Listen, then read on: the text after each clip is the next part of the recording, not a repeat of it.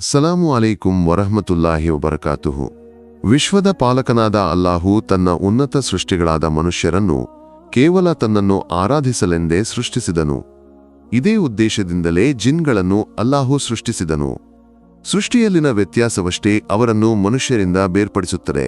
ಒಬ್ಬ ವಿಶ್ವಾಸಿಗೆ ಜಿನ್ಗಳಲ್ಲಿ ನಂಬಿಕೆ ಇಲ್ಲದಿರಲು ಎಂದಿಗೂ ಸಾಧ್ಯವಿಲ್ಲ, ಏಕೆಂದರೆ ಇದು ಪವಿತ್ರ ಕುರಾನ್ನ ಮೂಲಕ ಸಾಬೀತಾಗಿರುವ ವಿಷಯವಾಗಿದೆ. ಪವಿತ್ರ ಕುರಾನ್ನಲ್ಲಿ ಇದಕ್ಕಾಗಿ ಅಲ್ಲಾಹು ಸುಬ್ಹಾನಹು ವ ತಾಲಾ ವಿಶೇಷವಾದ ಒಂದು ವಚನವನ್ನು ಬಹಿರಂಗಪಡಿಸಿದ್ದಾನೆ. ವಿದ್ವಾಂಸರು ವಿವರಿಸುವಂತೆ ಜಿನ್ಗಳು ಮನುಷ್ಯರಂತೆ ಜೀವನವನ್ನು ನಡೆಸುವವರಾಗಿದ್ದಾರೆ. ಆದ್ದರಿಂದ ಮನುಷ್ಯರೊಂದಿಗೆ ಜೀವಿಸಲು ಇಚ್ಛಿಸುವ ಜಿನ್ಗಳು ಸಾಕಷ್ಟು ಇದ್ದಾರೆ. ಜಿನ್ಗಳಿಗೂ ಮನುಷ್ಯರಂತೆ ವಿವಿಧ ಸ್ವಭಾವಗಳಿವೆ. ಅವರಲ್ಲಿ ಒಳ್ಳೆಯವರು ಕೆಟ್ಟವರು ಇದ್ದಾರೆ. ದುಷ್ಟ ಜಿನ್ಗಳು ಮನುಷ್ಯರಿಗೆ ಹಲವಾರು ರೀತಿಯಲ್ಲಿ ತೊಂದರೆ ಕೊಡುತ್ತವೆ. ಇಂತಹ ಸಂದರ್ಭದಲ್ಲಿ ಸೌದಿ ಅರೇಬಿಯಾದ ಒಂಟಿಯಾದ ಸ್ಥಳವೊಂದರಲ್ಲಿ ಒಬ್ಬ ಯುವತಿಗೆ ಸಂಭವಿಸಿದ ಭಯಾನಕ ಘಟನೆಗಳ ದೃಶ್ಯಗಳು ಸಾಮಾಜಿಕ ಮಾಧ್ಯಮದಲ್ಲಿ ವೈರಲ್ ಆಗಿವೆ. ಆ ಯುವತಿಗೆ ಏನಾಯಿತು ಎಂಬುದನ್ನು ನೋಡೋಣ.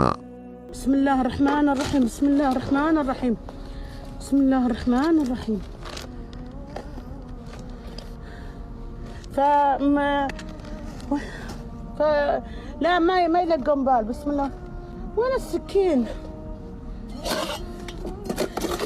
يعني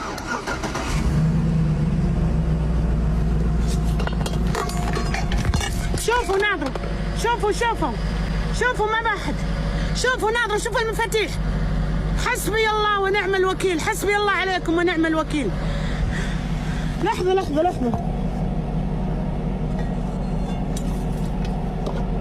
حسبي الله ونعم الوكيل.